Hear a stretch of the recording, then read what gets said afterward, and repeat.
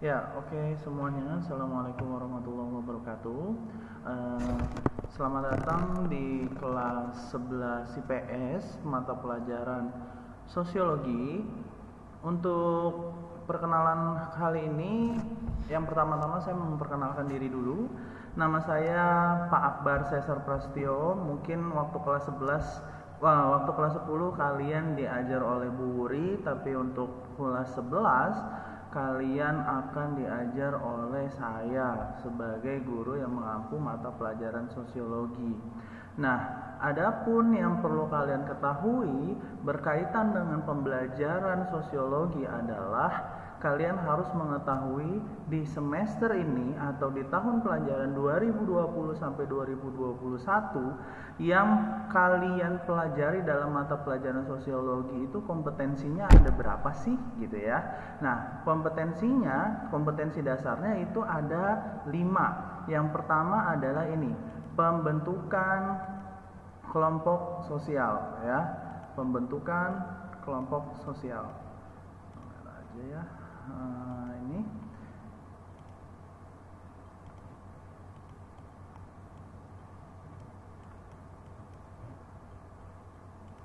Ini ya, pembentukan kelompok sosial yang pertama. Terus yang kedua, kita geser. Yang kedua itu berkaitan dengan masalah-masalah sosial yang ada di masyarakat, permasalahan sosial yang ada di masyarakat.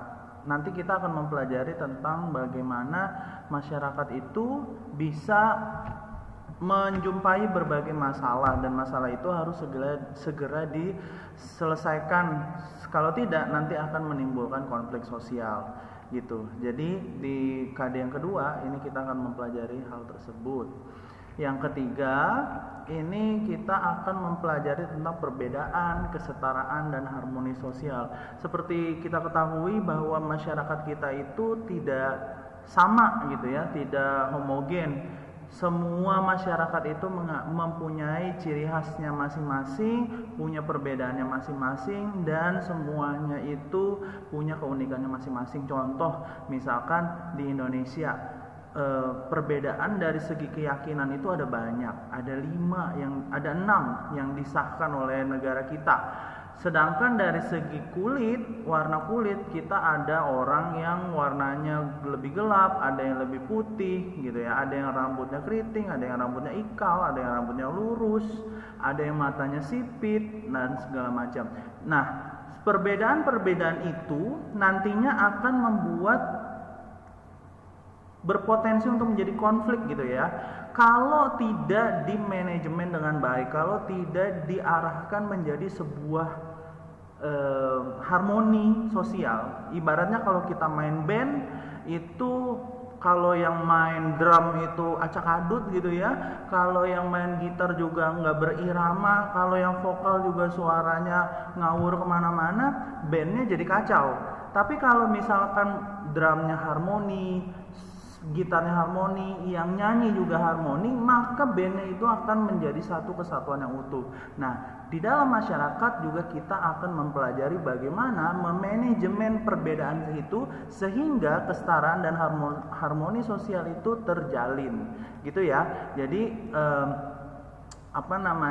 kita akan mempelajari tentang perbedaan, kesetaraan, dan harmoni sosial di KD yang ketiga.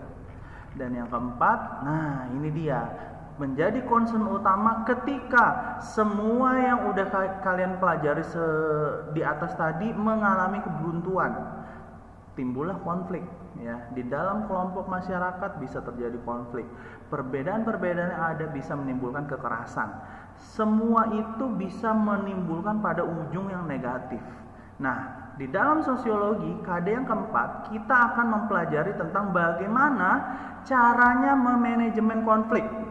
Gimana caranya supaya konflik itu tidak berujung kepada sesuatu yang negatif, bahkan menjadi sesuatu yang positif ke depannya. Sebagai contoh, debat atau perdebatan itu kan kita anggap sebagai sesuatu yang kurang bagus ya. Tapi jika debat itu berakhir dengan kesepakatan suatu hal, maka akan menjadi sebuah sesuatu yang positif. Contoh misalkan dalam sejarah kita pernah mengalami masa-masa sebelum kemerdekaan di mana para the founding father kita berdiskusi, melakukan perdebatan yang tajam, yang sengit gitu ya, bagaimana menentukan arah masa depan bangsa kita. Kalian mungkin pernah mempelajari sidang BPUPKI, sidang PPKI segala macam, bagaimana merumuskan dasar negara kita yang akhirnya melahirkan Pancasila yang awalnya itu berada di yang disebut sebagai Piagam Jakarta. Tapi karena ada dinamika yang terjadi, semuanya berubah menjadilah Pancasila yang kita kenal sekarang.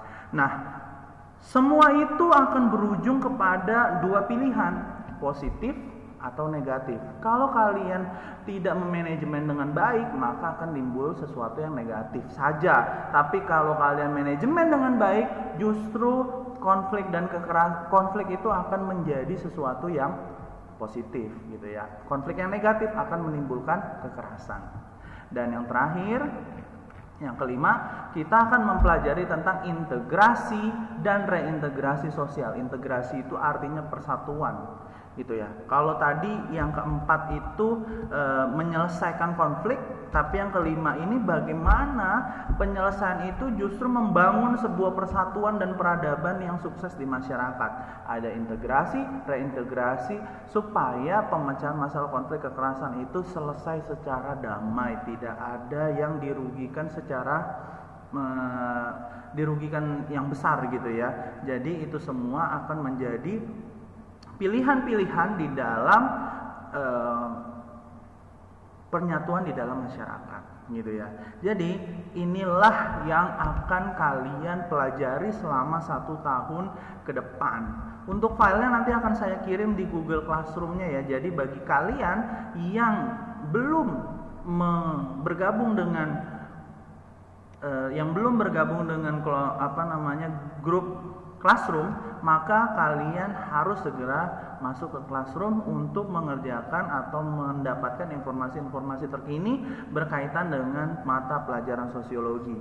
Saya berharap di keadaan yang PJJ ini kalian tetap semangat dalam belajar, tidak melulu malas-malasan, tidak melulu tidur-tiduran. Ayo cari peluang. Di masa pandemi ini kita harus tetap semangat supaya apa? Supaya kita bisa meraih peluang-peluang yang kita cari gitu, yang kita idam-idamkan. Kalian mungkin ada sebagian yang demen main bola, tapi karena masa pandemi ini jadi harus istirahat dulu. Nah, kalian cari peluang yang lain, gimana caranya? Nah, itulah tugas dari para remaja sekarang. Kalian harus menemukan apa yang menjadi jati diri kalian, disesuaikan dengan keadaan sekarang gitu ya. Dan tugas belajar jangan pernah dilupakan. Apalagi kita walaupun posisinya terhalang oleh jarak gitu ya, kita harus membuktikan bahwa kalian tetap bisa gitu ya, kalian tetap mampu untuk menyelesaikan pembelajaran yang diberikan.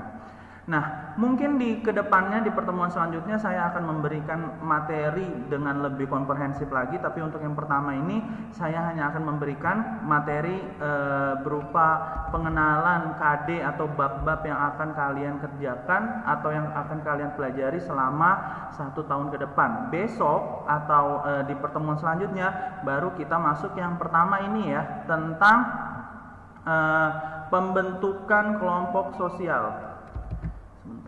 Pembentukan kelompok sosial di masyarakat. Jadi bagaimana sih kelompok sosial itu bisa ada?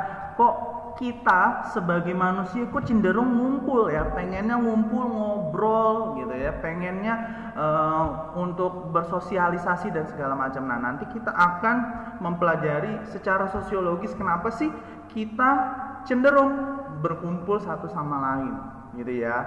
Jadi stay tune terus di mata pelajaran sosiologi. Grup Classroom-nya di standby-kan, jangan sampai kalian terlambat mengerjakan. Satu hal lagi yang perlu kalian ketahui bahwa saya akan memberikan beberapa tugas dengan deadline maksimal 3 hari. Jadi kalian harus mengerjakan maksimal 3 hari dari sekarang. Sebagai contoh, hari ini hari Jumat tanggal 17 Juli, berarti kalian akan mengumpulkan tugasnya itu maksimal hari tanggal 20 ya, atau hari Senin. Hari Senin kalian harus sudah mengumpulkan. Nah, jamnya nanti saya usahakan diselesaikan di jam-jam pelajaran jarak jauh atau jam 8 sampai jam 12 siang gitu ya. Jadi untuk sementara itu saja. Jika ada pertanyaan atau ini, saya akan membuka forum diskusi ya berkaitan dengan video kali ini. Bagi kalian yang bertanya akan mendapatkan nilai plus. Bagi kalian yang menjawab pertanyaan dari teman kalian akan mendapatkan nilai 2 kali lipat dari yang bertanya, gitu ya. Jadi silahkan saya buka kolom komentar. Jika kalian ingin saling bertanya dan menjawab satu sama lain, akan saya catat sebagai nilai plus. Begitu ya. Kurang lebihnya mohon maaf. Wassalamualaikum warahmatullahi wabarakatuh.